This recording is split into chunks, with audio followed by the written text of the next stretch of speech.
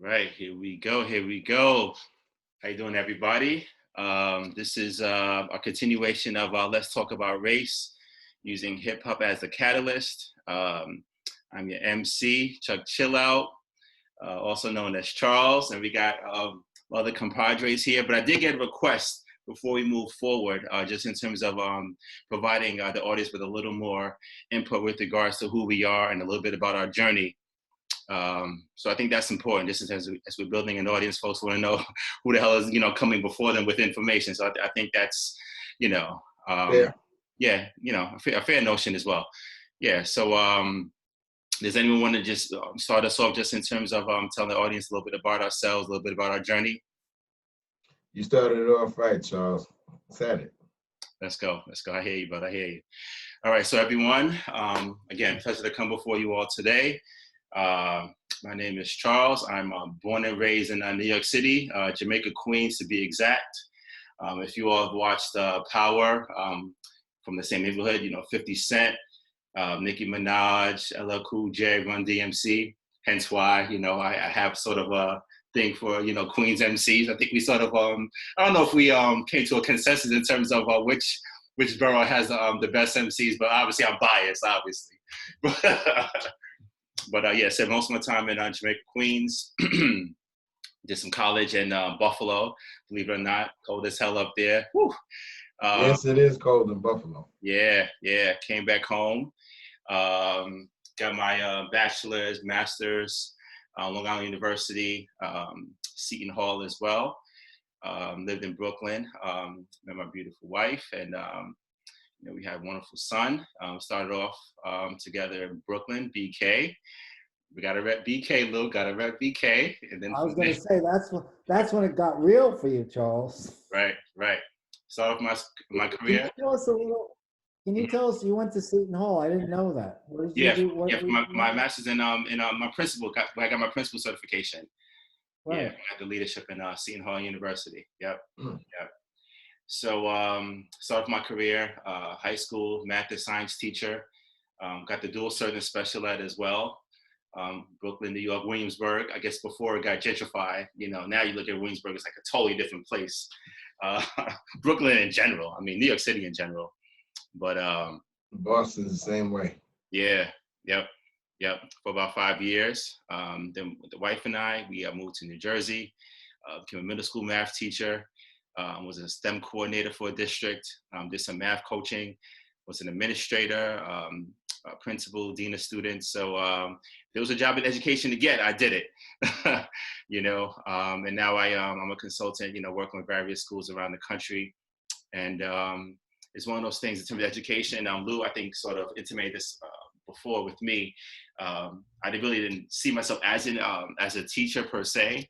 I didn't grow up with much money, so my goal was to make as much money as possible as a little one. I had a majored in economics, but I've always had a thing for teaching kids. I guess it's sort of my gift. We all have a gift for certain things, and for me, it's breaking things down for kids. And once I just got a small touch of what that entailed, I was hooked, and I just never stopped building with kids. And it's my passion. It's a calling that specifically it drove me, as opposed to me just finding something. The calling sort of found me, and I'm all the better for it. I'm so thankful in terms of where I am right now, and I owe that all to work with young people and continuing to support various educators around the country. And now just building with two wonderful educators as well. I'm blessed in every sense of the word. Peace, indeed. So, Charles, loved what you had to say, but people want to know more personal. Can you? And I'm not talking about your personal business now, Okay. though I would love you to do that too. But can you talk about some of the experiences being an educator, like things that you felt like you have stories. You've told me stories before, just stories of working with young people, working with administrators. You don't have to do them all. We could keep rotating, but just a couple so people know Yeah. your heart. One thing that comes to mind as a administrator in Newark, New Jersey, and if you all are familiar with Newark, it's everything that the media makes it out to be. It's real. It's as real as it gets. being an administrator in Newark. It's very similar to any inner city community in the country. And I was hired there to be a principal and within this particular school. And they had a suspension problem, to say the least. Just in terms of, punitive. If a kid did anything wrong, just suspend them. That was just like the first course of action. For me, I'm more restorative. I need to know the genesis as to why something occurred. That's always been my mindset, just in terms of figuring things out, because I know I made mistakes, but no one really got at the heart to me, just in terms of figuring out the why, sort of the meta with regards to any action. So upon getting hired at the school, it was just my directive to eliminate suspensions in totality. Anything short of trying to burn down the school per se. So I pretty much eliminated suspensions the first year upon getting hired, and I met with a lot of pushback. Folks weren't happy, just in terms of, it was a new way of thinking, just in terms of not necessarily being punitive, but being restorative. And towards the end of the year, we cut down in the infractions. Oh my God, I can't even give you a number. It was close to 100 some odd infractions was just literally cut in half with regards to just providing more social emotional supports, providing more parental interactions overall. It was a measured effort, and I believe that we put the school on the right track, just in terms of thinking of supporting our young people, figuring out the reasons why they act in the way that they act, building more parental interaction, building more parental engagement within the school community. Just all the things that should happen within the school community, but often doesn't. Prior to the podcast, Sundiata and I were building with regards to just a need for just like a total overhaul with regards to education in general. And I think at the heart of it is just providing more heart, or providing more understanding in terms of why students act the way they act. Oftentimes they're acting subconsciously. Oftentimes they're just acting out with regards to what's happening at home. But a lot of folks don't want to hear that. It's just about just being punitive and just providing a hammer with regards to students doing something incorrectly in the eyes of whoever. So yeah, so that's been my focus, just in terms of just being heartfelt with regards to my practice, and even as a teacher as well, just not so particular with math in general, not so much focusing in on the content, but just focusing on the relevance as to why we're learning what we're learning and why it's important. So that's been my focus as an educator, and I think that should be everyone's focus in terms of why they do what they do, particularly in education. Yeah, so it's an ongoing process, just in terms of the support I want to provide, and I was just even building with Sundiata. I'm not going to say it out there, building on it, just in terms of just providing even more supports for our young people is just something I'm looking to even expand on as we speak. I'm in this to win this. This is not a fly-by-night thing for me. I'm just I put my heart into what I do, and at the heart of that is I'm working with young Black kids. So I'm all for that. That's commendable, my brother, especially at that level, because you're dealing with a lot of different types of problems. Anybody dealing with students, all three of us know, anybody dealing with students is going to deal with a barrel of different issues and social, economic, all different types of levels that we're dealing with. We're dealing with people anyway. But when you're in that age and that focus group, because they're in that age, because that's high school, right? That was middle school. So that's what they middle call school age. Yeah, that was middle school. Even still, it's like they're right there. When they're very small, they're not trying to send them to jail just yet. In most states, in most cases, I've seen exceptions, but when they get to middle school age, high school age, that punitive attitude starts kicking in and getting tighter and tighter. Anything you do is punitive as opposed to restorative. Let's see what's at the base of what the problem is. Let's see if we can fix it. Now, it's not about fixing it. We're going to punish, and if you keep doing it, then we'll figure out a way to get some money out of you too through the prison system. So speak on it. School to prison pipeline, absolutely something we got to build on as well. Yeah, schools, unfortunately. Right. It's supposed to be there to push us forward and teach us what we need, and they can be used like that. I see it like a hammer. You can use it and build something, or you can use it and break something down. Unfortunately, I don't think we're in the mentality, or I'll say the maturity level, to fully use everything at our disposal. And then there are a lot of things that are pushing us in other directions. Mm. Without getting too deep in it, it is a funny pickle. Mm. Mm. What do you think, Mr. G? Well, wait a minute, Sundiata, could you say more about that? Because that was really deep. But I think there's more. Just the last thing that you said, the pickle. Mm. If you could talk more about the pickle. Talk more about the pickle. And we're not going anywhere. We're going to get ourselves in trouble. I mean, yeah, let's call it a layered onion. Let's do that. Then we won't get in trouble. Okay, so I was just saying that, like, for instance, as an educator, or somebody who's been in the school system and outside the school system, because I started in the community centers, I got a chance to see two different ways to educate people, two different ways to bring information to the community. Through the school system, it's very regimented. They want certain things done, certain agenda, has to be put forth. But what I'm looking at is like the testing and what's going on as far as where are the projections for the future of these children. So if you put a whole lot of stake in a particular standardized test, and then you say, well, based upon these scores here, these projected things are going to happen, and then you start to invest in certain things that you project happening, like the prison system, privatized prisons, and things like this. I just see that I think there's some angles that ain't being tapped. Like, what are we not looking at? You know what I'm saying? Because, okay, we had one school I used to work at, they had a 3-year plan to get the school back to where it was supposed, to be on track. And now we're on track. Where do you build, brother? Where do you teach, first off, for the folks? Oh, well, I started teaching in Boston, and then now I teach in Atlanta. No doubt. Atlanta, Georgia.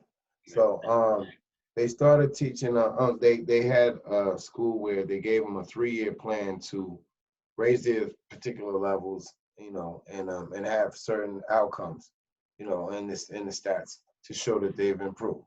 So they went 1 year and more than exceeded where they were supposed to been, and at that point. But then they went ahead and shut the school down. Shut the school down and turned it into a charter school, right? Like we were talking about.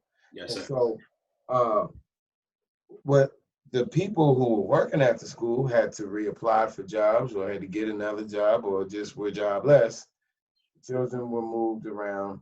And what I was looking at was the whole scoring thing in the first place. How can they in real good conscience look at a people knowing that you're teaching history in these particular schools? So if you're teaching history, then you're teaching America's version of history, which teaches that there was slavery and discrimination, and that people wasn't allowed to learn to read, and all these things. They're in your books in these schools. So therefore, you're going to tell me that after all of that, now we're supposed to be able to compete and to stay on the same level as another community that has better economic resources, no food deserts, minimize violence and drugs, and doesn't have a bang in the head and don't know who they are. You know what I mean? It's a layered onion, is what I'm saying. And I don't think that they're dealing with that and putting it on the table. When these things came up, I wanted to speak to a lot of that stuff. But if you do, you get fired. I needed a job. So there again, I was in the matrix like, whoa, what am I going to do? You know what I mean? So outside of this being about me, I'm just looking at it as being a bigger problem. Do you send your kids to public school? If you can't afford it, that's what you do. If you have money, do you send them to private school? If you send them to private school, do they take the choice, or do they take the chance of losing themselves? Because you can, being a Moorish American going to a school here in America, you can lose who you are being amongst, shall I say, upper echelon America, because they have access to a different mindset. They have access to information, history, cultural practices that they've been doing for generations. You're slapping people in here who are a couple of generations off of Inquisition and slavery, and you're putting them in this situation. And you're saying, okay, now deal. So, but you don't know nothing about Roth IRAs. You don't know anything about investments, mortgage, your grandparents owning property and passing it down for generations. These are things that they talk about every day. You know, it's normal for them.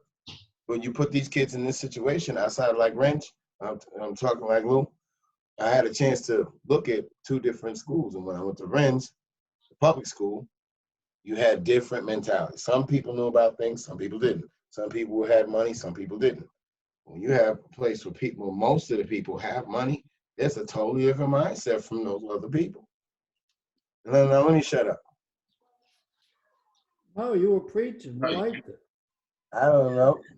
No, not preaching. No, you're building, man. Building. Go ahead, Lew. I was just gonna say, at the heart of what you said, just in terms of the dichotomy between public and private, and specifically working within a charter school, and we have such great conversation even prior to the podcast. It's interesting. We probably should just hit record as soon as we come on, just to like capture that. But we were talking about the difference between public and charter, and at the heart of it, I think charter provides more of that focus on specialized tests, to your point. So that's why they don't end up getting closed down. Whereas public, they try to do the holistic approach, and what ends up happening, they end up closing down. And then charters, swoop in, then they end up taking their space. And that at the heart, in terms of what you said, losing your job, is just at the heart of like what sort of drove me out of the building. And Lew, very similar story. It's just when I was in it, I was knee deep in it. Spending long nights and doing what I was doing. And it was so disheartening because you couldn't really, to what you were saying, Sundiata, get at the heart of what the kids needed. And even, as a math teacher, I was stuck between a curriculum and specifically in New York City. God forbid I ever deviated from that curriculum and that scope and sequence. Oh my God, I was hammered for that. Charles, what do you mean? They have a state exam coming up. You can't do that. So whatever support I provided, to what you're saying in terms of what the kids need, I had to do that after school, or like a supplemental program I had to develop, separate from my curriculum. And I tried to, infuse it here and there, but, it's just the economy of being a teacher it's rough, because you know what the kids need, but you can't give it to them in this current structure. It's so disheartening. It breaks your heart. It breaks your heart. Breaks your heart. I'm sorry, Lew. Go ahead, but I just had to say. What are you gonna say, Lew? I mean, I think there's so many things to say about this. Like, one of the things that I feel like when we talk about, particularly Black people in the United States, because it's even different than brown. Well, first, you want to do a little bit about yourself, man, so folks can know that you need this education thing, man. Okay, I'm Lew. I'm 70 years old, but I'm really 70 years young, they'll tell you. Started in Brooklyn, ran with some rough dudes. And then my family moved me out to this place called Montclair, New Jersey, where I thought, I'm going to die out here. I swear to God, I'm going to die. Because I thought, well, it's the suburbs, right? And it's going to be all white folks. And I know I'm white, everybody I see myself. But I've lived in mixed neighborhoods. And I was like shocked. Montclair was 50% Black. And this is something that's like ironically racist on my part, but understandable. I never knew any brothers or families that were professionals. Like, we lived in the hood, it was ghetto. Like, everybody was ghetto. But I had my own family and somewhere out. When I went to Montclair, there were the poor Black folks, but there were doctors and lawyers and dentists and accountants. It was crazy. Like, big mansions, big houses. Like, actually going to Montclair was really good for me, because I saw a whole different you know, a whole range, right, like of folk, which didn't take away the rough stuff that was also in Montclair, but I realized even in my own head, I had this vision of what black folks were like, because that's who I hung with, and I was like them. And then this whole thing, and it broke open a stereotype that I had, even though I was in the neighborhood and I didn't think anything was wrong with that stereotype. There was something deeply wrong with that stereotype. Um, so that's a little about, you know, and that all these things. And I grew up in the 60s. So, you know, the Vietnam War, the Black Liberation Movement, Malcolm X, Martin Luther King. Frankly, I grew up in the time of rebellion, right? And either you really— so jealous, man. I'm jealous, man. Jealous. I'm telling you, you're either on one side or the other on many things. Even back in high school, I've told Charles this story. The black student, one of the first black student unions was in Montclair, New Jersey. And on Saturdays, we played football, right? And we had a really good football team. So coach comes to me on Friday during the day, because the Black Student Union and some of us too walked out over a bunch of different stuff. You know, you can imagine, like back then, frankly, if you wore your hair below your ears, or you had any kind of puffed up afro, you're gone. Like, so there was all kinds of stuff. So coach comes to me, because I'm white, and says, you know, Lew, I know you know, a lot of these are your— I don't think he said your boys, I don't know, might have said your influence. And he said, you know, if they don't come to practice tonight, they can't play tomorrow. That's the rules. And I said, Coach, what are you asking me to do here? Because I'm not selling people out, and I'm not telling people to sell themselves out. That was the last time Coach talked to me for a long, long time. So, like, even on small issues like football, it's just a fucking football game. People were taking stances then. You know, even though we had a great football team, it was great because it was Tommy, you know, the fist raised in '68 in the Olympics. Every football game, every basketball game, almost every black folk and some white folks, not many, everybody stood up with their fists, and you were either on one side or the other side of that. Like, you know, and it did cause disharmony because a lot of white folks didn't like that, right? Like, so it had a lot of influence on me, that whole era, and then the music, etc. And then I wasn't a good student. I'm not saying I'm not smart, but I wasn't a good student. And so the only school I got into is this like junior college in Boston. That's how I came up here. Long story short, oh, I'm sorry about my dog. Hold on. Cole! We're recording this, huh? Okay, we're done. You know, I dropped out of school for 10 years. You know, I was, you know, politically active. You know, I don't want to glamorize that time of my life, but it was a very powerful time. And then, you know, things by the late 70s, you know, I don't know, Charles, I feel a little uncomfortable only because it feels like I'm propping myself up here, but okay. You're talking about your experience, man. No, I mean, it's your experience. So, you know, I was locked up for not long, you know, for political stuff. I wasn't robbing people. That was way back. But and I just felt like I can't do this anymore. I can't, like you were saying, Sundiata, about picking your job or your, you know, can you stand up? I just said I can't. I knew one more time I'm going to be locked up for a long time. So I decided to become a teacher. I thought that's the best, you know, I can't change the world, but I'm going to work with kids who will help change the world. And that's how I became a teacher. And one of the things that I felt, because my friends who knew me said, teacher like you, it was like a joke. And then a principal afterwards. But I guess the one thing I want to say about this is, to me, there's all kinds of horrific consequences to racism. One of the worst, in my opinion, is the intellectual genocide of a whole people. So that just what you were saying, Sundiata, lack of money, poverty, then access to education, access to good education, people reading books to their own children. Um, uh, as one of the dudes who was, when I was a principal, said to me when he got thrown out of class one time, he said, "Mr. G, I'd rather get in a fight than show people that I'm dumb. So I'm a beef with somebody right then and there." And so there's this, and they're really smart young people, but they're not necessarily academically as prepared. And some of that academic stuff is even bullshit, because they can do way more than, you know, Charles and I have done work together. They can do way more than people think they can. But, and then I'll stop because we could keep going. We, you know, as educators, we had to demystify what intelligence was, how you come to understand things.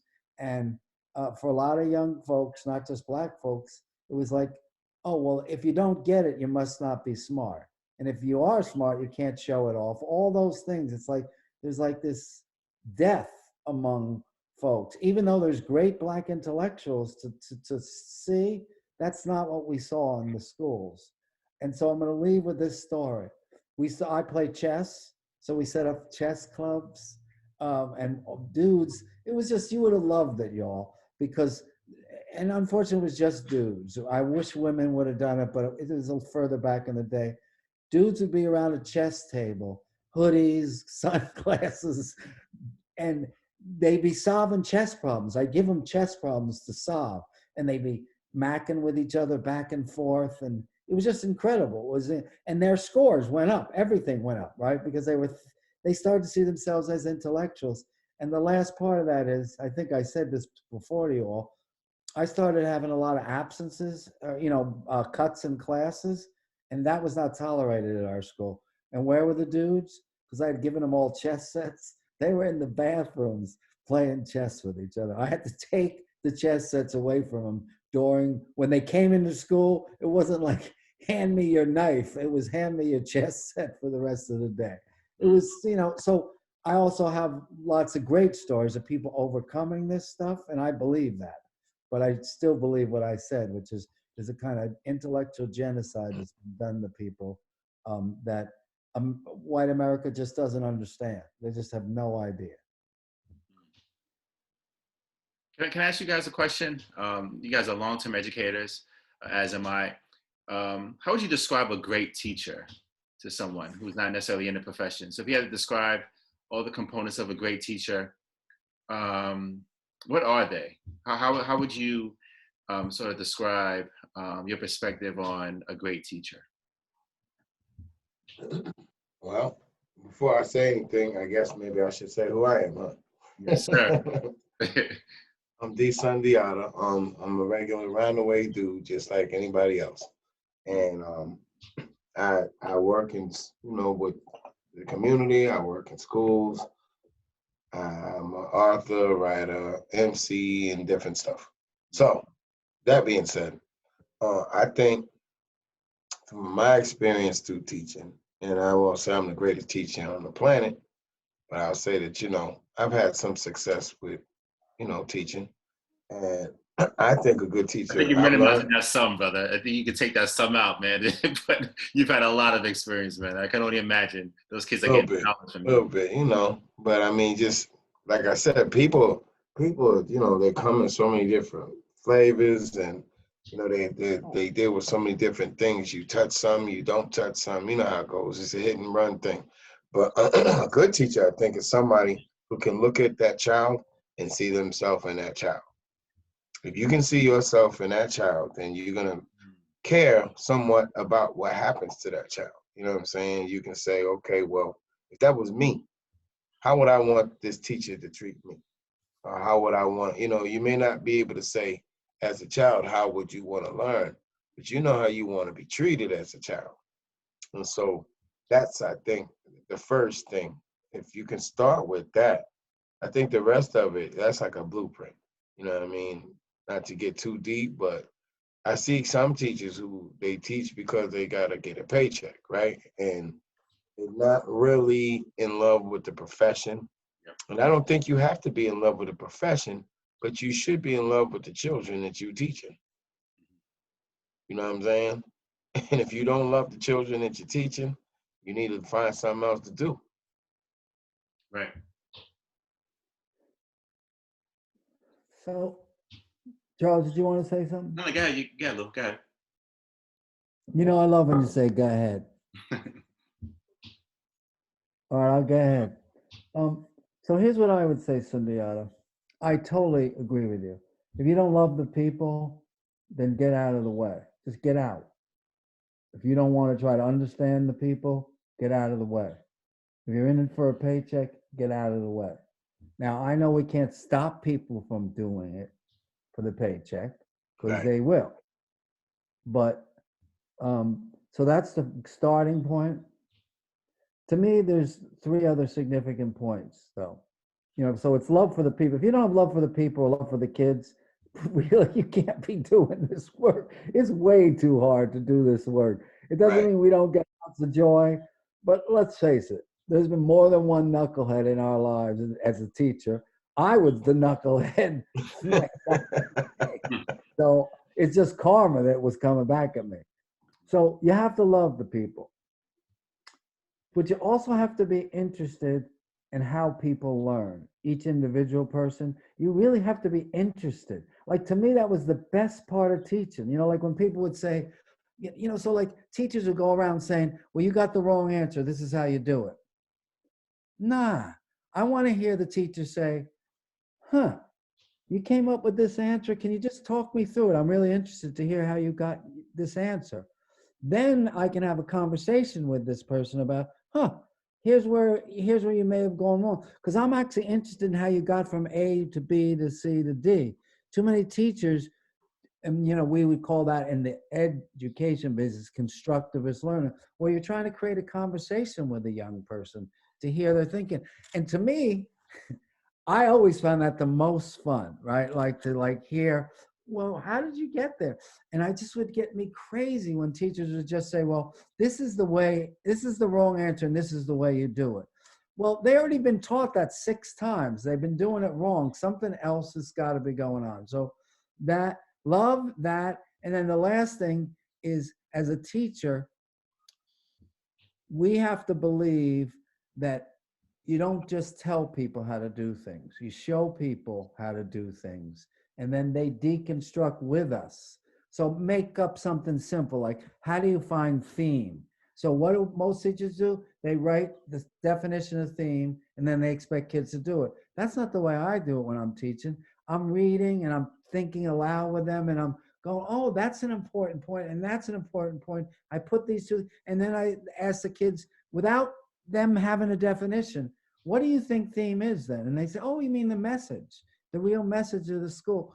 To me, that's the magic, if you will. Like, show, like, you know, it's not, I didn't make this up, so I don't want to take credit for it, but show me, help me, then let me. And that's the other side. Too many teachers do the showing and the helping, and then they never let the kids actually do it on their own, really do it on their own. And then it's no big deal. You didn't get it this time. We'll go back. Kind of like good coaching, right? But I want to end on this point. But as Sundiata said, there's these fucking tests that they're supposed to pass. And so teachers want to rush through the information or the understandings. The kids still don't get it, and they don't do well on the test. But the teacher can feel like, oh, I covered everything. I'm down. I did all that I was supposed to do. Well, yeah, if that's what you're looking for. But so I'm done.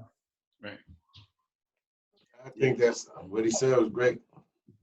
And yeah, and I posed that question because, and everyone's well aware, and as educators, we're aware, there's an issue, an ongoing issue with regards to just the way that Black children are taught and have been taught in this country, and it continues to be an issue.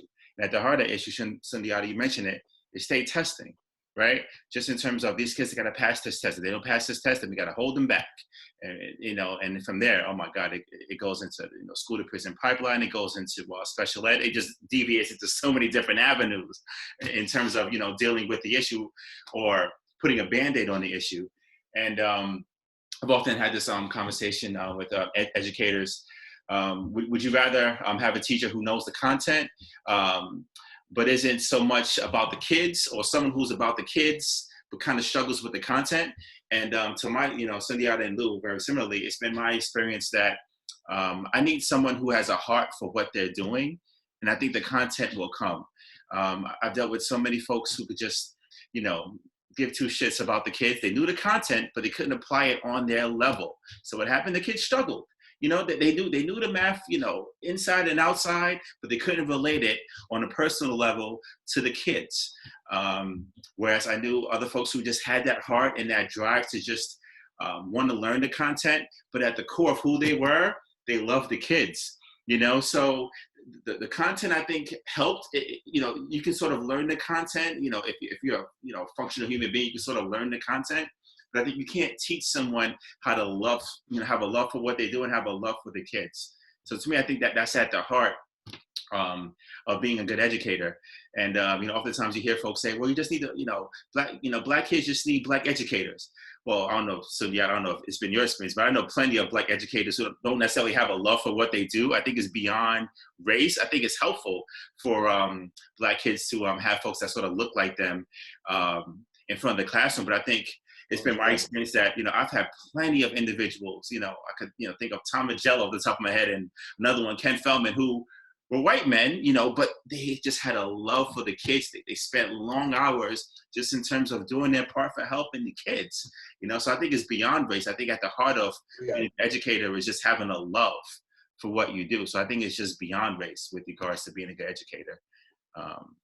To speak on what you both were saying, I think what Lew said earlier about like having an interest in trying to figure out how to educate somebody, right? That's like pointing towards creativity and stuff, which I would say is probably the second thing that I would have said, is to a good teacher has to be creative. You know what I'm saying? Has to be able to look at something and say, all right, I tried it this way. Like Lew said, I tried it this way, it didn't work. Let me try it this way. I noticed that this person does this or likes this. Let me use an example from this world because I know that they like this. You know what I'm saying? Using your creativity, using your communication skills. That's, like you said, somebody can have the material, but not know how to transfer the material. Funny situation, I was teaching Spanish once. There was this one I was doing supply teaching. So I was teaching a Spanish class. We had no Spanish teacher. I was there for months. Kids were learning. All right, so the principal at the time pulled a flim-flam and didn't tell me that they were getting set to put somebody else in there, which was customary. Let the long-term supply teacher know, hey, we're getting ready to put somebody in there. You might want to reconnect yourself back in the business, right? Left me out there. They hired somebody. Oh yeah, this lady, she's fluent, blah, blah, blah. And I was like, yeah, well, I'm almost fluent, but I'm doing a good job teaching them. And of course, I couldn't argue about them putting a certified teacher in the spot. But the point was, lady didn't last 2 months because they didn't, she didn't know how to relate to them. One of the kids picked up a chair and threw it at her. She quit that day. I'm not coming back here. You know what I'm saying? Now, in that same class, I would have thought to do that with me. Not because, I'm going to come over there and stomp them out. It might have been in the back of their minds, but I'm saying that hello. Looks like my connection might be unstable. Y'all there? I'm here, brother. Yeah, we can hear you, but you are there? Yeah, okay. Now you're good. Yep. Yeah. Okay, so I was just saying, it was a respect thing, and it was also a thing about understanding culture. If you can understand the culture or make an effort to understand the culture. And I don't mean to condescendingly understand the culture. I mean to really try to, okay, this is how the children do here. This is what they're into. So even whether I'm part of that culture or whether I'm not part of that culture, I'm going to respect it here. So that when I speak from here and here, it's going to reflect here. Because you can tell when somebody does not truly respect what's popping. They can speak the language, but you can hear here. You know what I'm saying? It's like, you don't really like these kids. You know, you're here for a check. You don't really even like being in this community. And you probably look down at a lot of people around here. Just how some teachers are. You know what I'm saying? And then there's some teachers who they love what they're doing. They love to be there. And, you know, those are the ones you want. So I just want to build on that one too. Again, I'm all down with everything people are saying. I do think though, I don't just think, I'm going to say I believe that it's also learning what it means to be a good educator. So look, my mom's loved the kids. She used to go to PS 75 across the street, and she could work with the kids. They loved her, and she knew she loved them. Like she was like a tutor with them, right? And she was got a lot of heart, but she couldn't really teach them, right? Which doesn't mean she didn't do a good job. So I'm going to give an example and see what you think. I was working with my special ed teacher. I was a coach principal at the time, and these kids, she was trying to do vocabulary with them, and it was just the most, and she loved the kids too.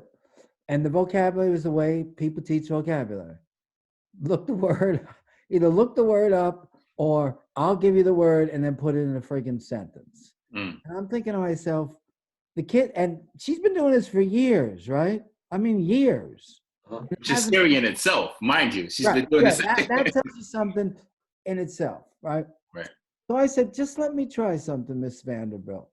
And she was a white teacher, but we had black teachers doing the same silly stuff. I said, how about I put every one of these words into a sentence and see if our students would understand the word. It could make some meaning. So I'm not going to make this a long story, but I said, it's inevitable that you will fail your test if you don't study. And you know, every kid said, inevitable means it's going to happen, right, Mr. G? I said, yeah, it's kind of like it's going to happen. So I want you to write a definition for inevitable. It doesn't have to be perfect. We don't care. Wrote a definition, and then I said, go look it up in the dictionary.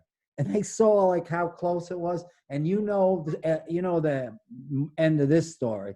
These kids were learning all this vocabulary words.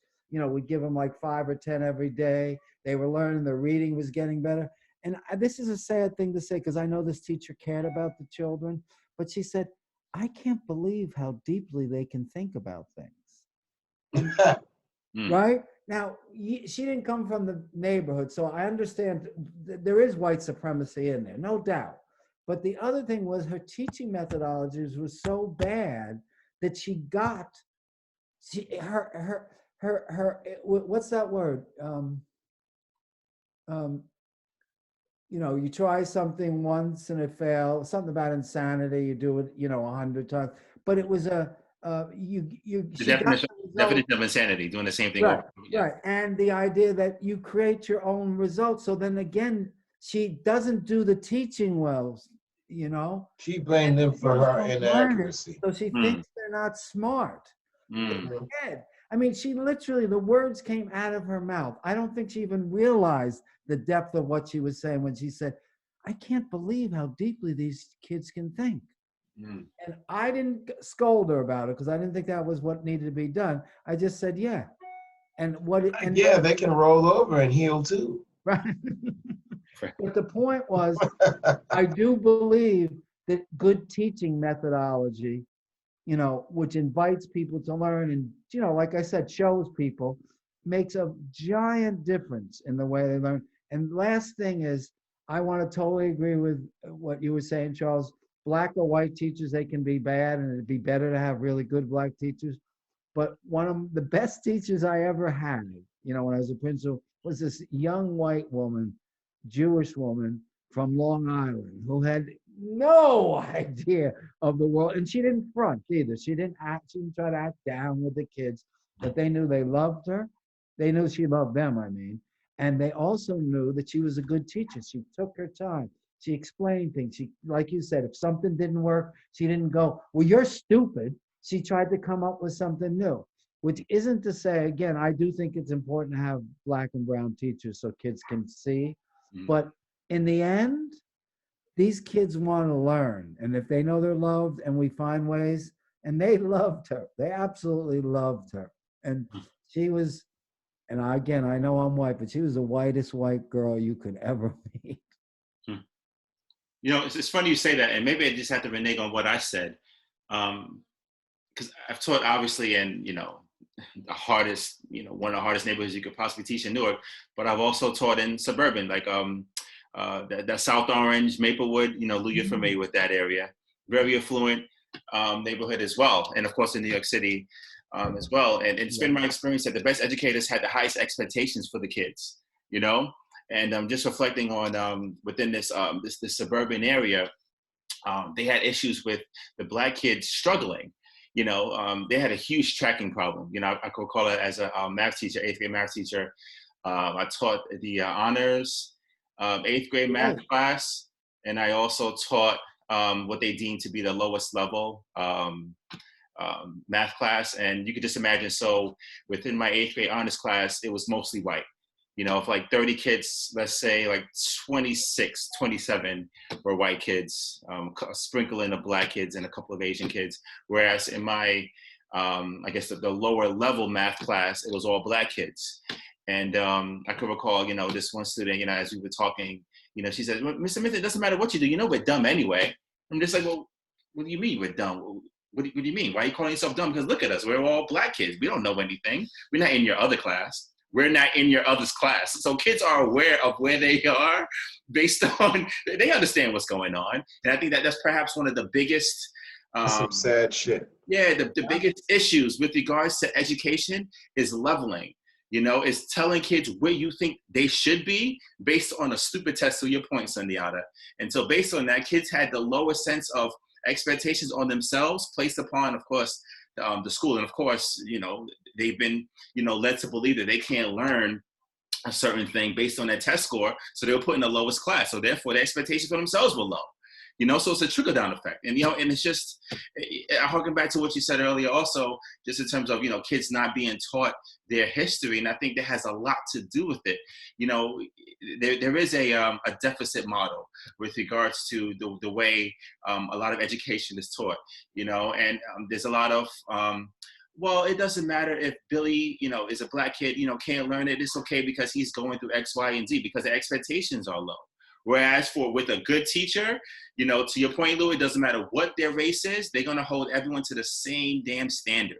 And I think that's the height of white supremacy, when you give, you know, you don't teach a kid a certain way because you think that they can't do it because of their family, you know, societal situation or what they're going through at home. Keep everyone to the same expectations. And I think you're on track in terms of being a great teacher, man. Let me build on that real quick.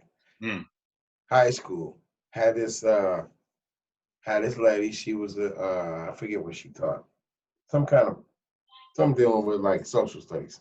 Anyway, so me and her went through it, and you know, she didn't like me. You know what I mean? Because, well, anyway, bottom line, I got a C in her class, and she was teaching math at the time, and I was, you know, kind of upset about it. I wasn't used to getting a lot of C's and things. So I took it home to my mother. My mother was like, "What's up with this?" And I was like, "Well, you know," and she was like, "Well, you know, you better do something." So I went. The lady made the mistake of telling my mother, "Oh, well, don't worry about it because Blacks don't do too well in math anyway. So for him to get a C wasn't so bad." Wow. My mother lost it after she finished tongue lashing me about slipping up on something that we created. You know what I'm saying? Then she went in on her and told her, "Don't you ever tell my son something like that. We don't deal with mediocrity like that around here." And you know, what kind of nerve would you have to tell a young person something like that? Right. You know what I'm saying? And like you said, Lew, I don't even think she knew she was being a racist ass. You know what I mean? Right. But that's how deep these levels go. When you can say something to me and not know that what you said was so racist. Those are the most dangerous folks, who don't know that they're racist. They have no idea. Danger. Yeah. See, what for me, I'm sorry. I'm not. Yeah, I'm not laughing at what you're saying. I'm just laughing at the ludicrous. You know what I'm saying? You know what I mean? And it's like when you're an intelligent. Go ahead. And I just want to build on that. Go ahead. If I'm your mom's, I'm putting hands on this fucking lady. That's what I'm doing. I'm not saying she should. I'm not saying she should. But if she did, let's just say she did, people would say it was her fault, right? Since she got that angry. Rather than, fuck you. What you said was more damaging to my child than anything I could do to you. So they turn the world upside down. So even if you have righteous rage, you know, I know your mom's just a little bit, but I'm sure she came hard, but she also wanted to make a point. So like even in that situation, I think that's the kind of stuff that makes me want to like choke people. I swear to God. See, that right there is so. These are the things that we talk about on the light level. This is how deep this onion is. Those kind of stories are light. Right. Those are the indignities that happen to you that you say, okay, I dealt with it, I'm moving on. You know, we dealt with that. There are other ones that stick, and they stick deep in the psyche of many, many young people. Things happen and they never really get over it. And then certain other things happen when they grow up. And then you can go back and see where it started, but it's hard to pinpoint it then. You know what I'm saying? Now you just fucked up. You know what I'm saying? Well, and it's what Charles was saying about it, the black students in his class. That's what I meant about intellectual genocide. They believed it. Like, we're just dumb, Mr. Minton. You know. Yeah. You know. They may have even said, I don't remember what you said. They might have even said straight up, "We're black students. We're dumb." If they didn't say what they said, look, we're all black in here. We're the dumb we're blacks. all black. So and then so this is part of what bothers me about white people in general. And I know I keep apologizing because I am white, but it does bother me about white people. They don't understand the rage that's built up over years and years of small paper cuts, big cuts, you know, and then people don't have a place to put that rage, and then all of a sudden it comes out, or you know, and there's stuff going on. It's just like it's one of the things where I used to say to people at my high school, I would love to bring in some of these racist motherfuckers, not the ones from South, because they're different, but like rich ones, you know, from other suburban towns who judge so much. Come spend a week with my students and go home with them too. Spend the whole week with them, living in their shoes, and you tell me how you'd feel. Watch what happens. People just don't have a clue, just like you said. And you said you wanted to be light tonight, Sundiata? This is in our wheelhouse. This is who we are, though. So. I know. That's what I'm saying. It's going to come back. That's why we got to talk some music soon. Yeah. American politics will take your places. Right. And this isn't even like macro politics, right? Right. Like, this is right. We're talking about oppression and, you know, the enslavement of black people or civil rights. We're talking about in the real, like right in the real. And it still comes up all the time. It still comes up. So I just got to just send out, was this at Cambridge Ringe and Latin High School? You said you were in high school. Where were you in high school at the time? I did go to Ringe, but no, I was at a different school. And I prefer not to give them any props on that. That's okay. I get it. They gave me a hard time. Right. No, I won't give you a hard time. So no, I said they gave me a hard time. Oh, they did. Oh, I'm sure. So can we switch to something else, or do we want to stay deep in this? Right. So this is actually leading into kind of lead into the last podcast, but also it ties into what we're discussing here. So I guess I could just be a little, forthright with regards to, tying this back to my personal experience with regards to my son, Charlie, the other day, having a conversation with him. And he has this what's it called, WhatsApp thing that he texts, and he's texting someone. And I saw a couple of curse words, Lou. I saw a couple of curse words in this conversation. And I'm just like, what in the hell? You know what I mean? Where did you get this? Or who told you that this is appropriate to say? So I guess this sort of ties into our previous conversation in reference to hip hop and the responsibility in terms of the messaging from hip hop. All of us, Lew, you as well. You have an inner city background as well. We come from tough, challenging experiences, to say the least. What separates us who quote unquote make it from those who don't? And with that said, tying this into hip hop and other media outlets, is there responsibility to sort of present a specific race in the best light? If I could just share my screen real quick, just tying into the Grammys. And we spoke about this briefly the last podcast, but I got a lot going on here.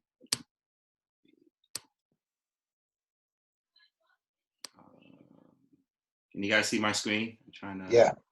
Okay. Yeah, it's still small. We can't see the whole thing. Okay. Sundiata, do you know how to screen share? Yeah. Yeah, I don't. You all have. You don't? I'll talk you through it. It's pretty easy. Don't start laughing, because I'll come through this laptop at you. So then you have no idea the questions I get from this man. Oh my God. See, look, I'm just going to say straight up now, that's a bad educator. He laughs at people's lack of knowledge, and then he laughs at them and says, you have no idea. If he talks to our children like that, I'm firing his ass. Go ahead. You guys can see the screen, right? Yeah. I do see it. This just came up. Correct. I just was reading about this. Right. So this is a little bit of these young ladies doing their thing in the Grammys. And you watch the Grammys. Right. Right. Yeah. So I guess my question is, so unfortunately, with a lot of inner city youth, these individuals are raising our babies. They're raising Black and brown kids in the inner city. So with that said, do they have a responsibility for just presenting our people, particularly Black women and Cardi B, a person of color, in the best light? With regards to my son Charlie, he has someone like me to just say, "What the hell are you doing? I don't want you to ever, to do that again." A lot of our young people don't have that.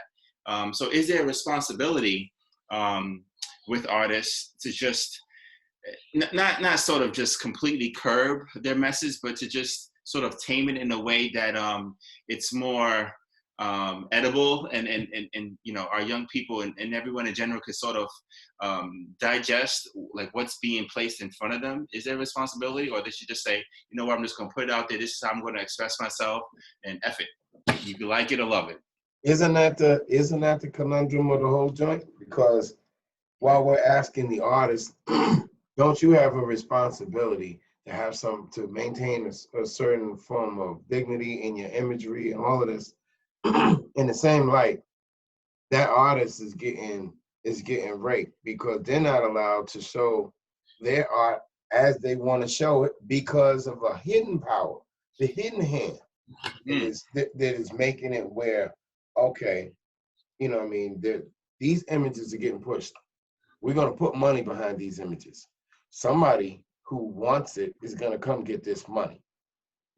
This image is going to get pushed. So whether it's this artist or that artist or that artist, it's going to get out there. Now, it just so happens that some of these people are talented, you know what I'm saying? And, make something that is kind of powerful to an extent. As an artist and a filmmaker, I believe in the right for expression in full extent. That goes from the people who make the epic films to the people who make the dirty pornos for the for the 120 for the quarter slots. All these things are for somebody. Somebody enjoys them. Somebody sees the beauty of them, and they have a right to be made. So it's kind of like, it's a wild thing. As the artist, I think for me personally, I'm not going to go out and put images out there to get my people killed. Because I believe that for me, I know that I wouldn't be comfortable with that on my soul. But that's just me. I do feel like artists do have the right to try to express themselves the way that they should. And I think it's not fair. Life ain't fair, but it's kind of messed up that they cannot just go out there and make a song about what they want to make it about without having to think these things through. Like, okay, if I make this song, is it gonna further damage the people who've been, let's say, hundreds of years? So, am I So, stuck? so quick question, brother. So as an artist, have you ever had someone tell you specifically? Stuck, Or somebody, so now, can you hear me? Can you guys hear me? I can hear you. Oh, okay. Yeah. Have you ever had someone like a record exec or tell you or tell someone close to you, we need you to make a song about this, and it could be, you know, and what they were telling you to make a song about was, you know, about drugs or about something that you felt didn't vibe with your soul. So you were sort of like, to what you said, in a conundrum with regards to, damn, do I want to make a song about this? If I don't, I'm going to accept, you know, I'm going to upset someone.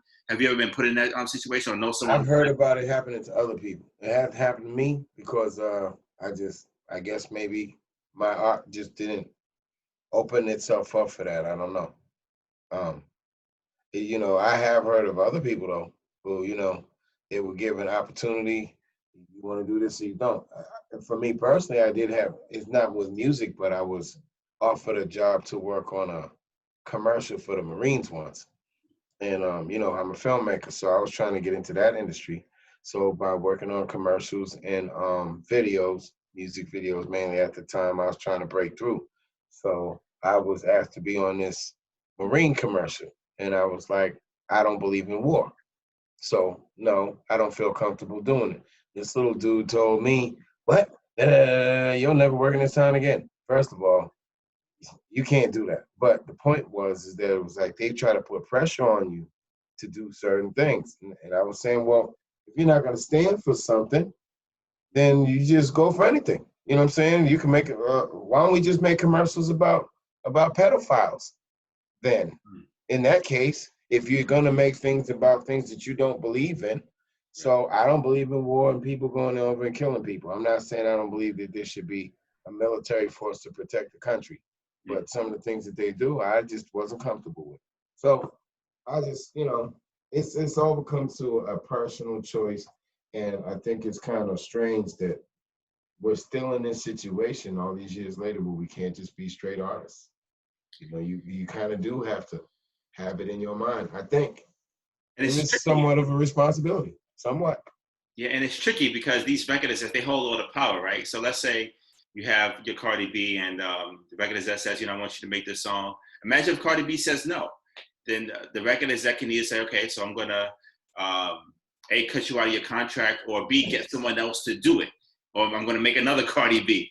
So these artists are sort of like stuck between a rock and a hard place, you know, and not saying Cardi B is a true artist in a very sense. I mean, I have issues with Cardi B, but I respect her in some respects. But I think, you know, for an artist, what you mentioned earlier, who has those, you know, scruples and morals and ideals about themselves and about the art form, they're placed in a terrible conundrum because, you know, they want to make the money and, you know, they want to, you know, present their craft in a certain way, but yet get paid for it. You sort of have to, you know, sell your soul in a lot of ways, you know, with regard to doing that, you know. So if you're not going to do it, someone else is going to do it, you know. So That's the question, right? Yeah, it's. I mean, Robert Townsend was talking about that in that movie. That's what Lew was talking about. He was saying that you will be asked to do things, and it's up to you whether you decide whether you're going to do that or not. And there's always something else you can do. In that movie, they said it's always working the post office. But the point was that you don't have to sell your soul. You can make that choice of what you want to do. They can offer you whatever they want to offer you, but it's really it's up to you whether you do it or not. And that's where, you know, we have to start taking some responsibility for what do you want to see happen in your community? What do you want to see happen in your world? What do you want to be a part of? Right. So the question isn't about free speech then, though I agree with you, though I think we all have a line where we wouldn't go over. I don't mean just like I mean, I've never been asked to produce a commercial or anything for the Marines, but I wouldn't do it because it's not just I don't believe in war. I know what the Marines have done around the world, and it I do ain't been too. anything good. You know, as great. Muhammad Ali said Right. during the Vietnam War, he said those people never did anything to me. You ain't getting me to fight them. So and what he exactly said was the Vietnam ain't never called me nigga. Right, exactly. Vietcong. That's what he said. Right. Yeah, And you're right. Before you go, I recall specifically my mother saying my dad passed away, unfortunately. He served in the armed forces. He was in the Air Force, I believe. And he told my mother specifically, no matter what happens, my son is not to serve in the armed forces. You make sure of that. So that said a lot on his deathbed. He made sure to tell my mother that no matter what happens, yes, I cannot serve in any armed forces serving this government. So so my mother made sure that regardless of what I chose to do, it wasn't going to be with regards to serving in the armed forces in any capacity. Right. So my dad made sure to tell my mother that before he passed. I'm sorry. Right. Now we can bring it to hip hop. I'll go after Lew finished, but that we can bring it to hip hop. Then bring us back to hip hop. That'd be good.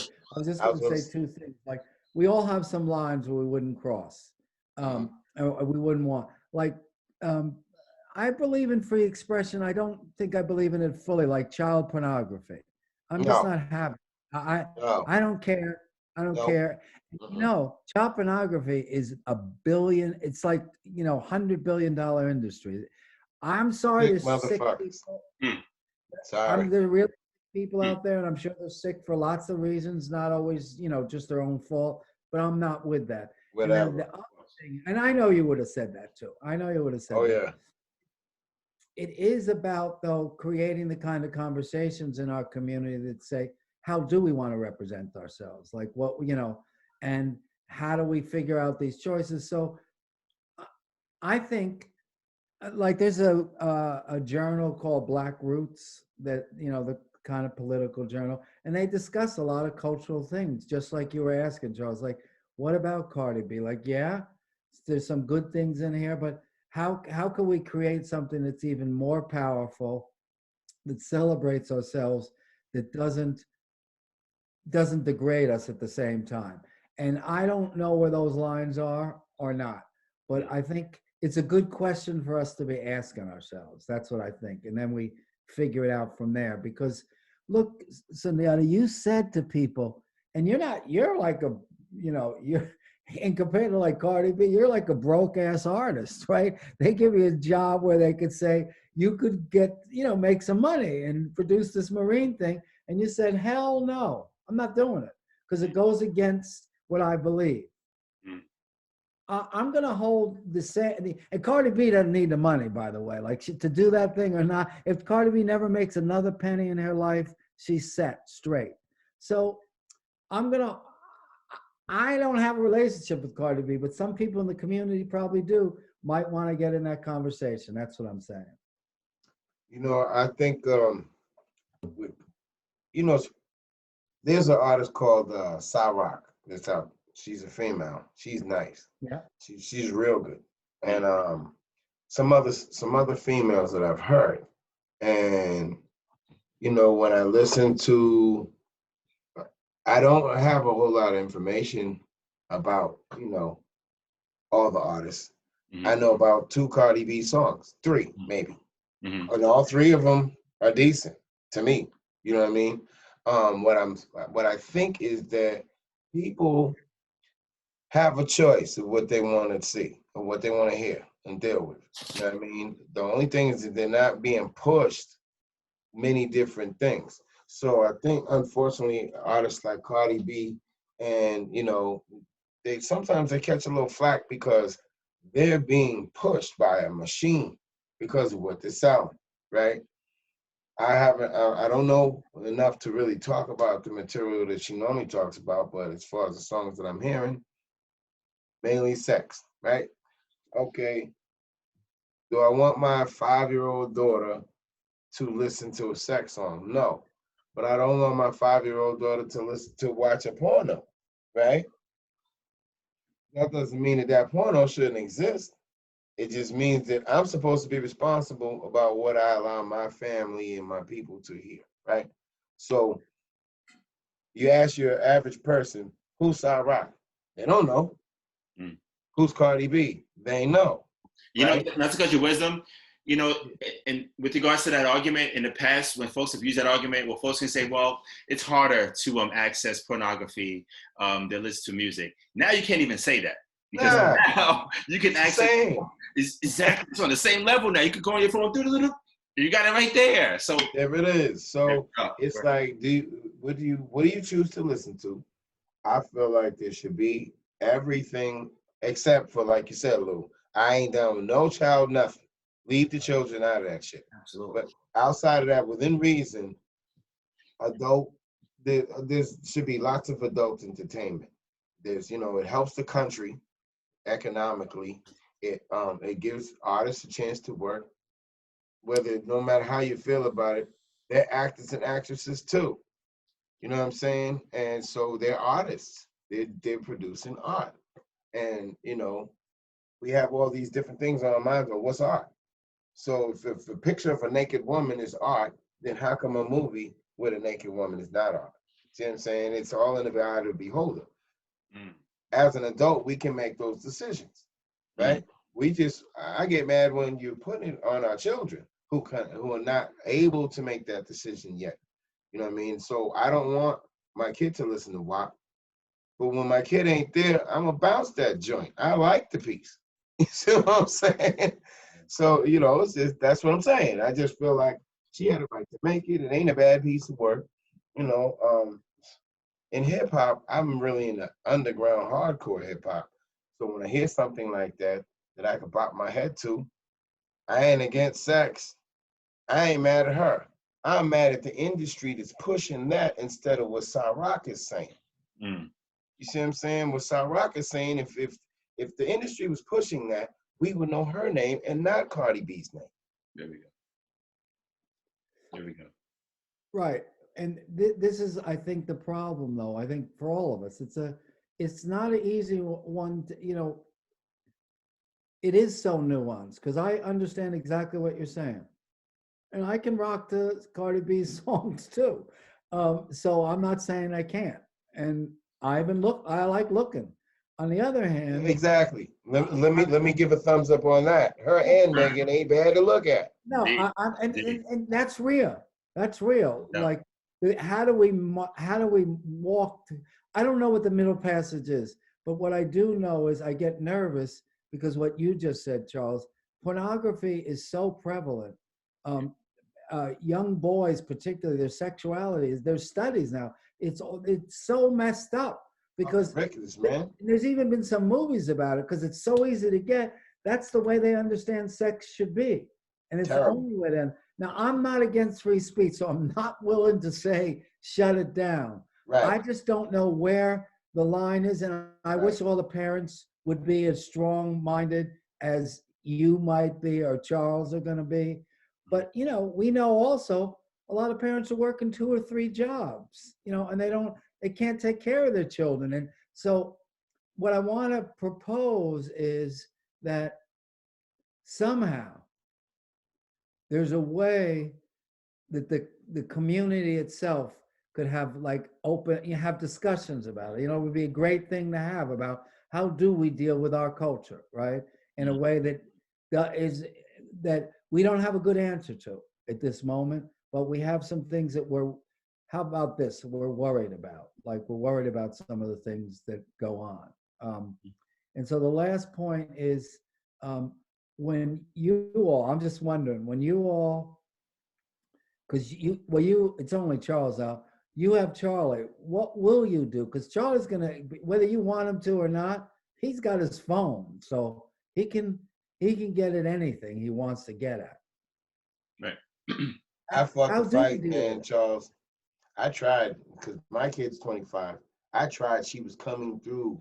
And, it's I won't say it's impossible. We tried, but unless you're very savvy with the computer and know how to put all the fail safes and this and that, and you kind of really just need to teach them right from wrong and put it in the hands, you know what I mean? Because, like you say, at this point, it's almost, you can't get that.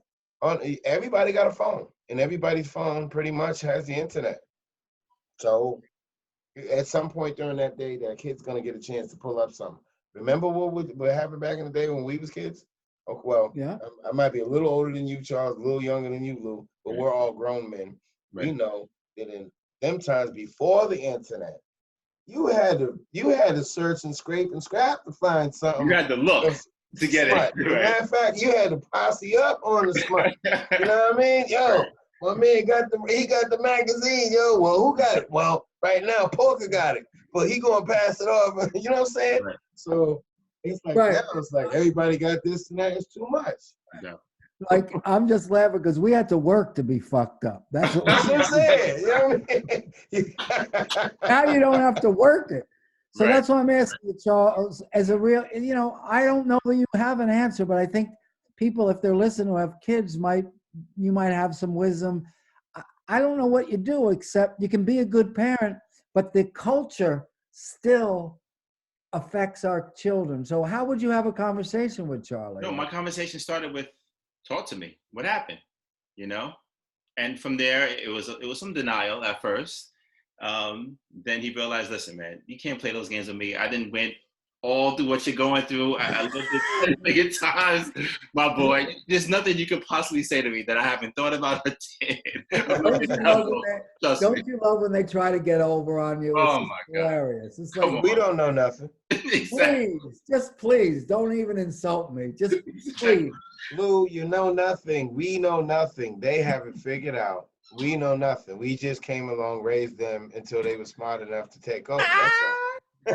I'm sorry, Charles. I just but to that point, though, I think it's about just talking, just having a conversation, and goes back to what makes a good teacher. Just understanding who you're teaching, and be providing a connection with regards to what's being learned. So it was really important for me to just get at the heart as to why he did it, and for him to be self-reflective as to why he did what he did and why it was inappropriate.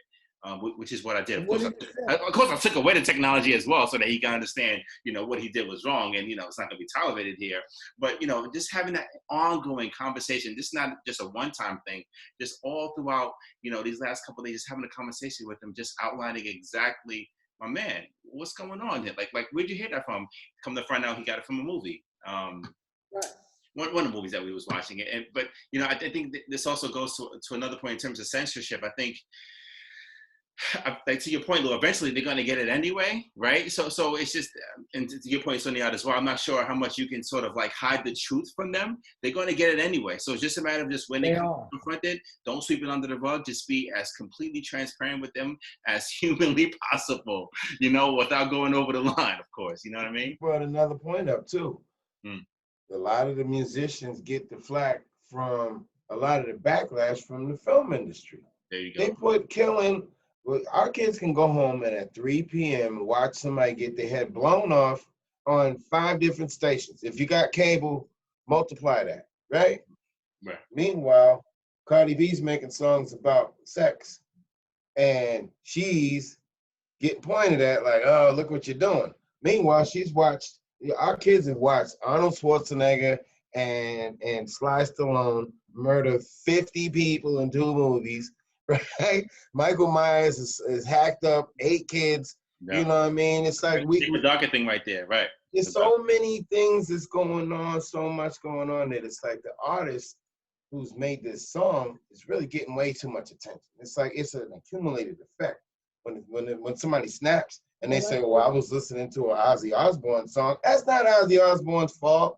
You live in a crazy society. You were listening to some shit and you got a crazy idea off of something he said. Now is his fault because you went out and you decided you wanted to murder up some people? Well, I heard the record backwards. No, motherfucker, you crazy. That's all. You know what I'm saying? Right. Don't get me wrong. I like Ozzy Osbourne and Black Sabbath. I'll say that publicly because I thought their music was dope. Do I think they might have been dealing with some things? Possibly. Maybe, you know what I mean? But what possibly, definitely. It is what it is. Yeah, like Sundiata, we got love for you, bro. But they definitely were dealing with some things. Whether we like their art or not, it's like I like Michael Jackson, but he definitely was dealing with some shit. Well, I don't know about Mike now. That same kind of stuff. All right, well.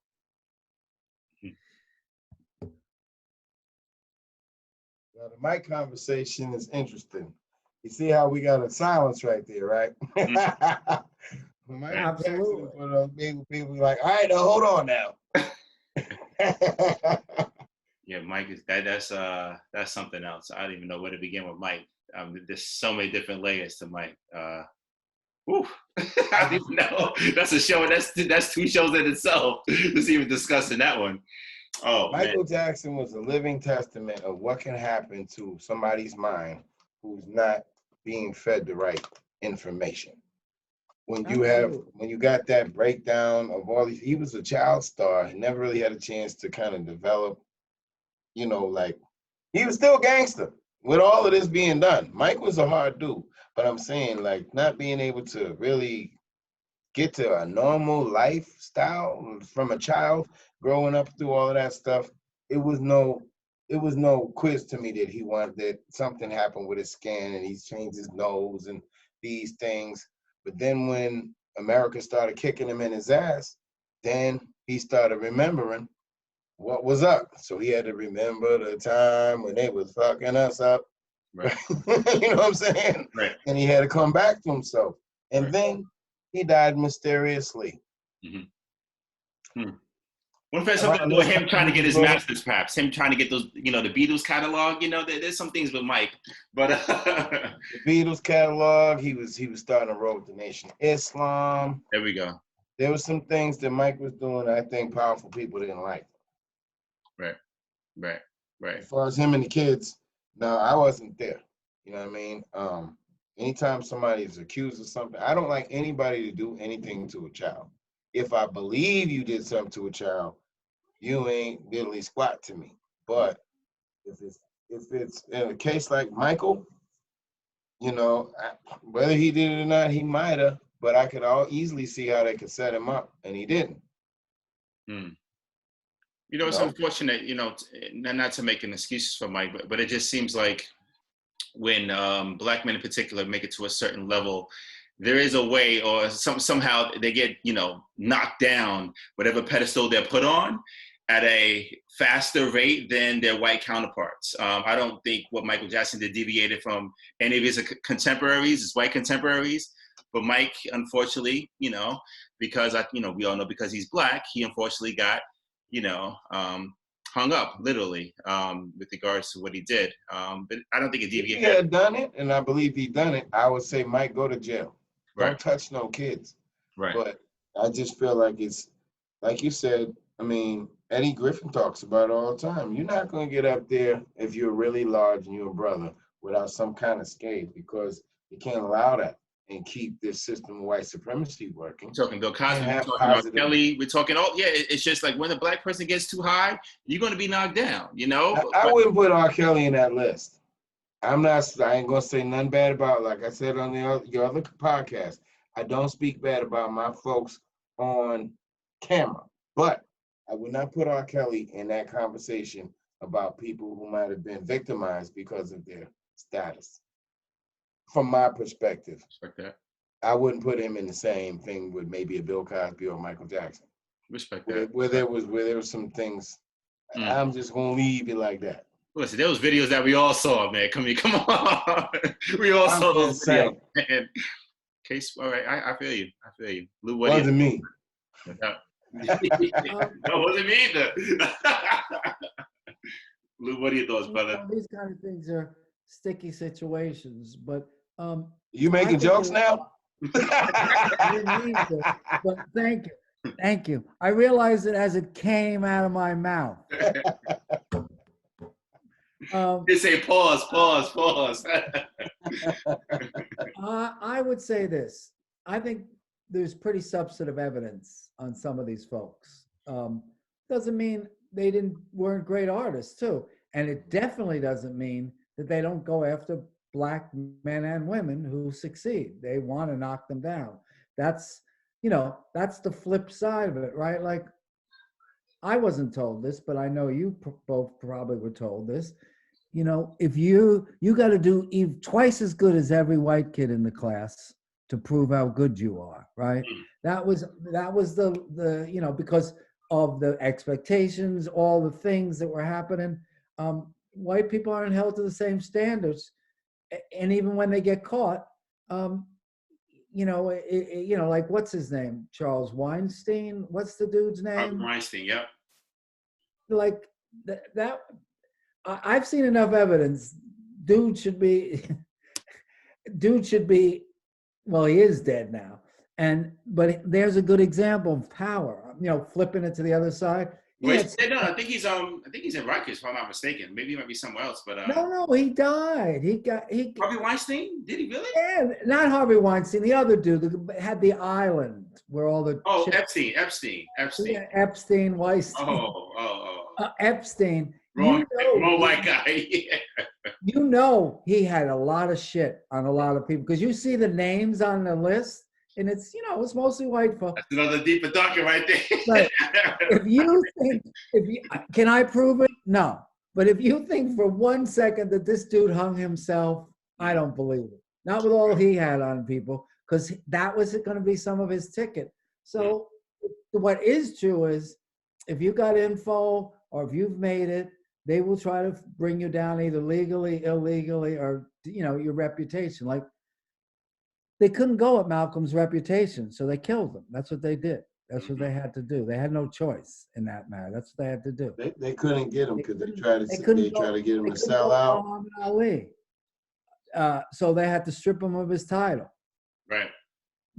So it just depends. And so if you're asking me directly, I think Bill Cosby did some of the shit. I don't think he did it all. Should he go to jail? Just like anybody else who would have done it, white or black, I believe they should have gone to jail. But it's always the same question. Charles, you and me get into this often when I tell you, the flip side of this is white people root for white people then, right? Like, so Bill Cosby going down, see, it just proves the point, right? And white people just get all hyped up about it. You see, even fucking Bill Cosby, Mr., he is for lack of America's dad. What's that? Son? America's dad. Yeah, America's dad. He was like the epiphany of the perfect black man in America. Which is why perhaps they try so hard to bring him down. I'm not saying they did or didn't, but it only made white people happy. And that's what the craziness. It's like the flip side of this is, I'm pretty sure OJ did it. I'm not positive, but it seems like he did do it. But I understood when black folk were clapping when OJ got off, they were clapping because black people have been railroaded throughout history. So if one brother actually got over, I don't know. Like, that's what I'm saying. It's so psychotic because every individual situation with a black person, it never just represents that person. It's never just about the person. It's always polarized.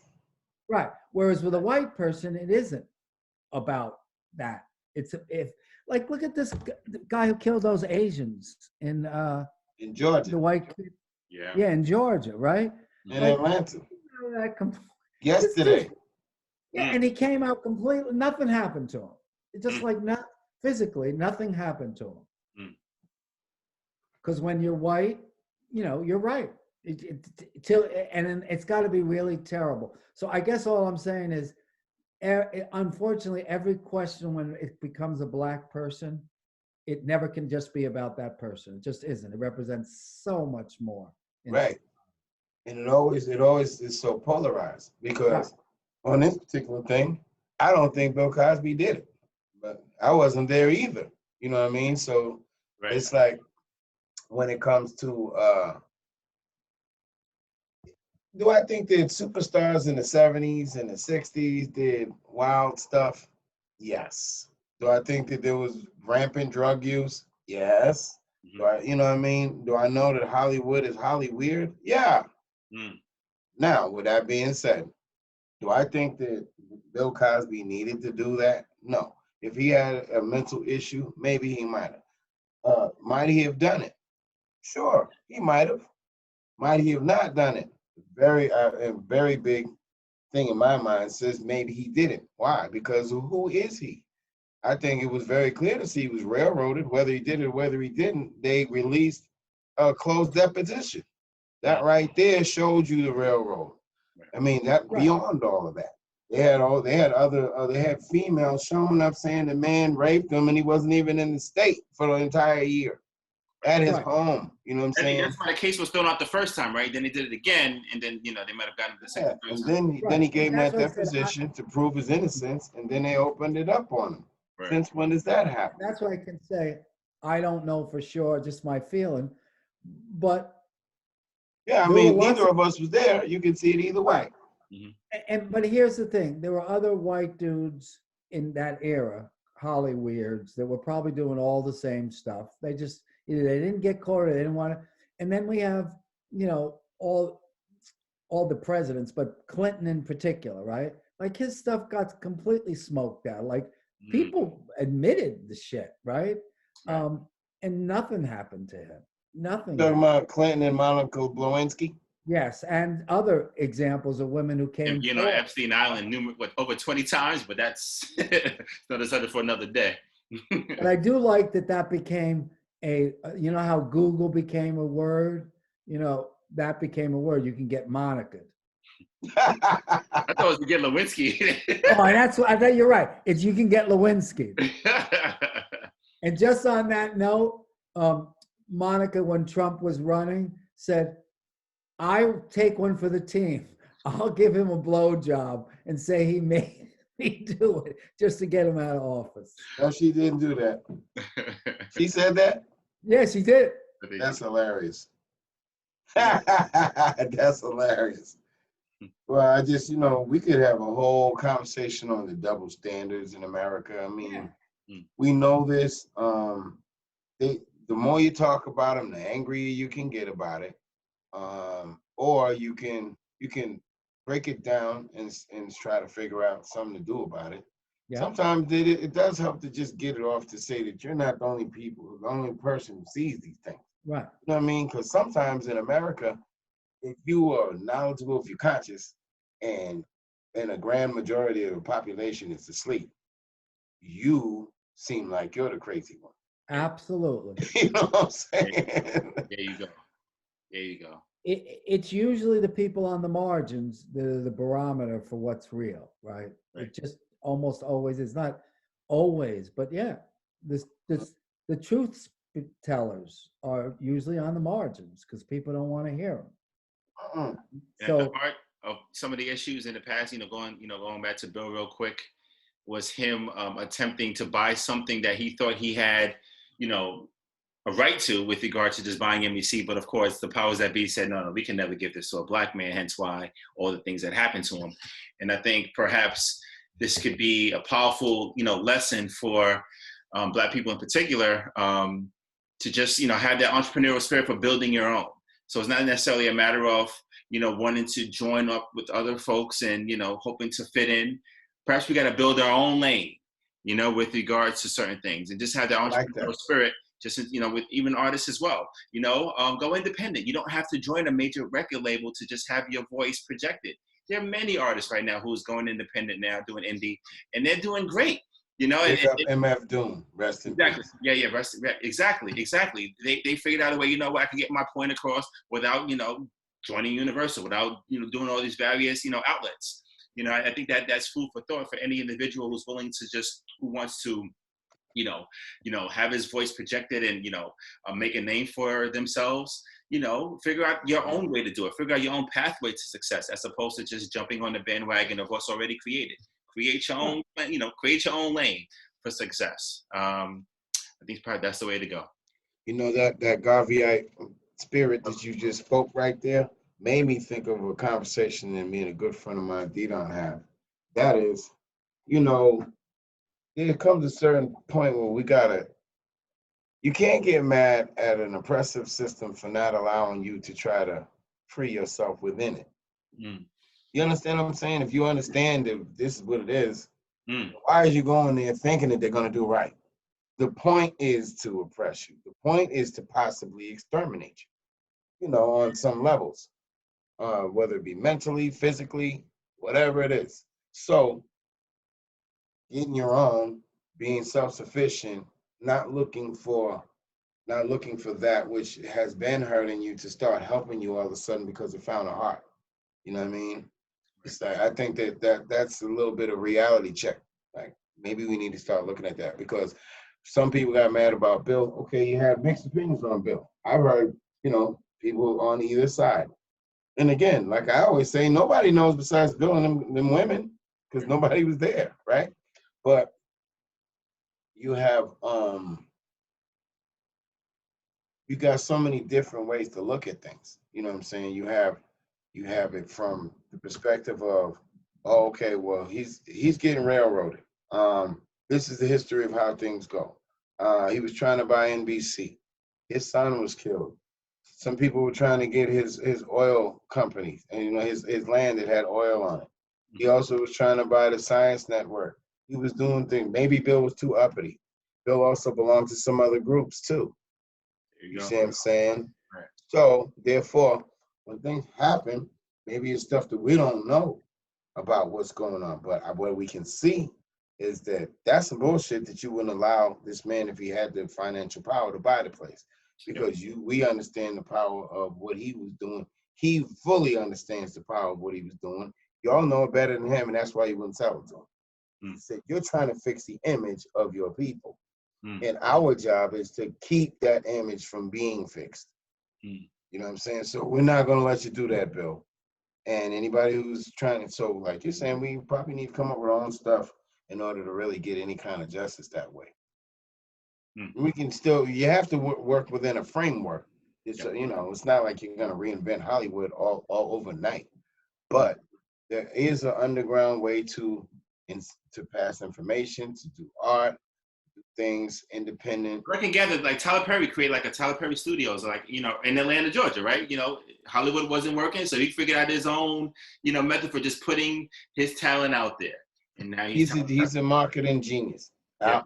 Like I told you, I only like to say positive things about people. Right. If I have anything to say, he's a marketing genius. I saw him put the videotapes like before the DVD. So I'm putting the Chitlin circuit, right? Oh yeah, what he did was he worked with the street vendors, who were selling the bootleg copies. He worked with them. Either that or he had some people working with him, but they had his plays and stuff on videotapes for years, and people were buying them like crazy. Then he put his first movies out, and they went to DVD, this and that. And I saw him build that thing. He's a very smart man as far as how he's doing it. Now, I also believe there's some other reasonings behind maybe some of it for his success, which I won't get into. Right. But they're talking about that a lot in Hollywood today. Dave Chappelle speaks about it a lot, and some other artists speaking about how that imagery is being used to do his job. Yes. Feminization of the black man. Yes. Yeah, and I'm not blaming that man for doing it himself. But we know that there's a plan to keep us emasculated. Indeed. Man, this is wow. I thought the last podcast, this is perhaps even deeper, man. This is cool. Did we cover everything, Lew? This is wow. We covered plenty, and then every week we'll come because we just freestyle. Frankly, stuff start coming up, and we build off each other. And people have different experiences, and we talk. Yeah, it was beautiful. Like, I just wanted to say, Dave Chappelle is one of those artists, right? Who maybe they'll try to take him down. I don't know. But Dave They tried. Right. But he was doing it on his own, and I call it inside-outside baseball. Like, sometimes you got to play inside the game, and sometimes you just say, no, I'm just doing what I do. And it will create a buzz, and then you'll get big, and then they'll try to buy your stuff. And that's where you got to know, no, I'm not going with Time Warner, no matter how big they are, how much more they can put my product out. Once they own you, they own you. You can have a lot of license, but there's a certain point where they can cut you off. Because if they own the copyrights, they can just cut you off and say, we're not producing you anymore. Now you're back to zero. But I like the way Chappelle has been doing it. Like, he's building his own brand. He has his own thing. He does things, but he doesn't sign away. He doesn't sign everything away. And the man has so much to say, even though sometimes he makes me pissed off. He's got so much to say about so many things. Like, he's a scary black man for white people. You know, think of Master P as well. You know, these folks just need to wrap our arms around them and just, I mean, they're to be commended, you know, with regards to what they're doing. So I know we got to go, but I didn't send it to you, but I should have sent it to you. I don't know if you know that there's this, and maybe I'm just old and it's been on for a long time, but there's, instead of trash talking rap where people freestyle on each other, it's called compliment rap, love rap. Have you ever heard this? No. I'm going to send it to you. It's absolutely hilarious. Like two people giving each other compliments and who could top who. It's just a funny thing. I'll get you some of I think that sounds groundbreaking.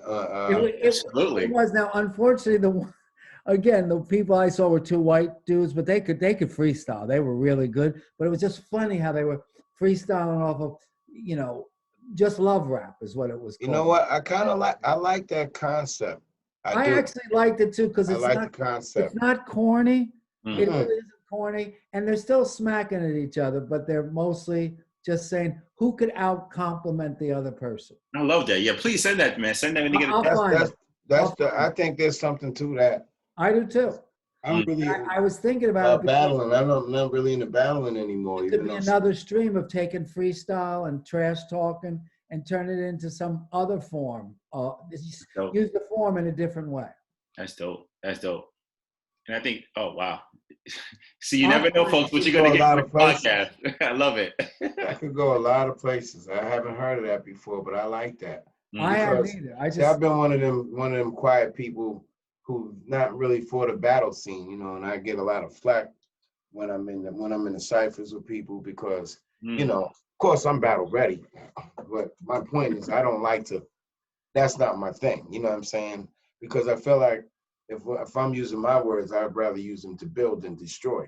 It can be done either way because I lives on the 8, but you know, I'd rather be on the build. So when it comes to us in our ciphers, I would rather build. And when you battling, you pretty much just destroying. Now you are sharpening swords and all of that.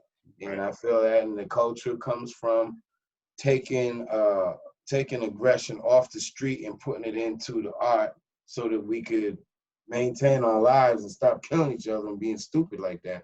But I think it's time to maybe elevate it to the next level. Like that compliment stuff, that's decent because that builds positive vibrations, which is powerful, especially if you do it throughout, you know, on a large level. Now, I see if the industry starts putting some money in that, I'll smile on that one. Right, but you know, to that point, you mentioned real quickly the competition aspect. I think that's missing in hip hop as well, because back in the day, folks had issues with one another. They put it on wax. And they battled each other. And there's something to be said with regards to just two dudes who just going at it, but just keeping it within wax and just like really presenting their skill. Like right now, I don't even know if other than Drake and maybe Kendrick, if these artists even have the savvy to even be able to do that.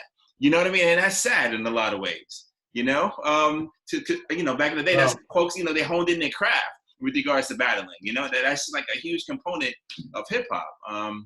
It is. And I'm not dying. Don't get me wrong. I mean, I think KRS is the best and he's all about the battle. You know what I'm saying? But I just feel like it could be used better. That's all.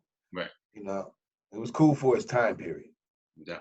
Today, battles lead to death sometimes. You see what I'm saying? Biggie and Tupac battled, and both of them end up dead. Right. And they're friends too. You see what I'm saying? Not just them dudes, they're friends too. And I'm just like, that's one of many, many different situations.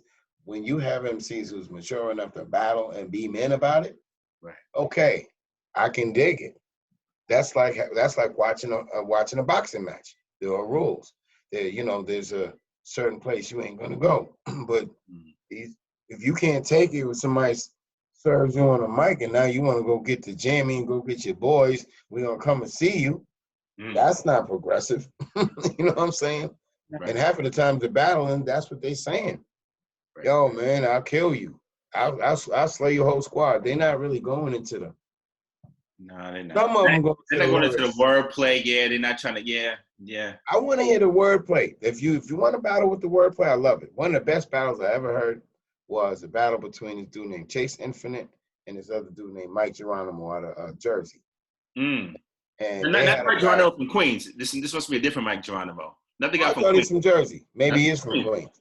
Okay. Well, Mike Geronimo battled this dude named Chase Infinite. Mm. And it was one of the best battles I ever heard. Why? Because they came with straight bars. They weren't dissing each other. They was just saying who was the flyest on the mic. Right. And they went verse to verse, verse to verse to verse.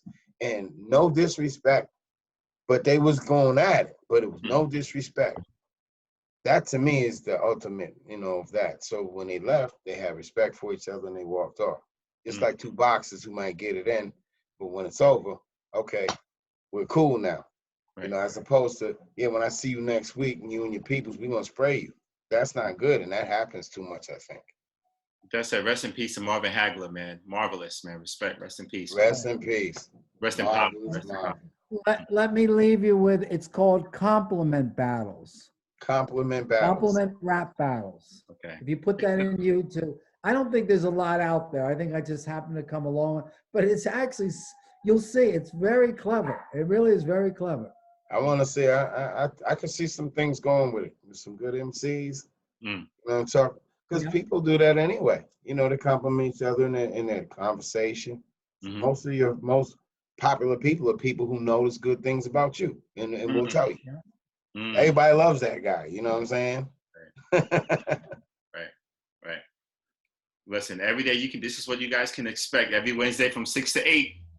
This is what you're going to get. All right, my brothers. It's been great, guys. It's been great. Peace. Guys, next week. Peace, guys.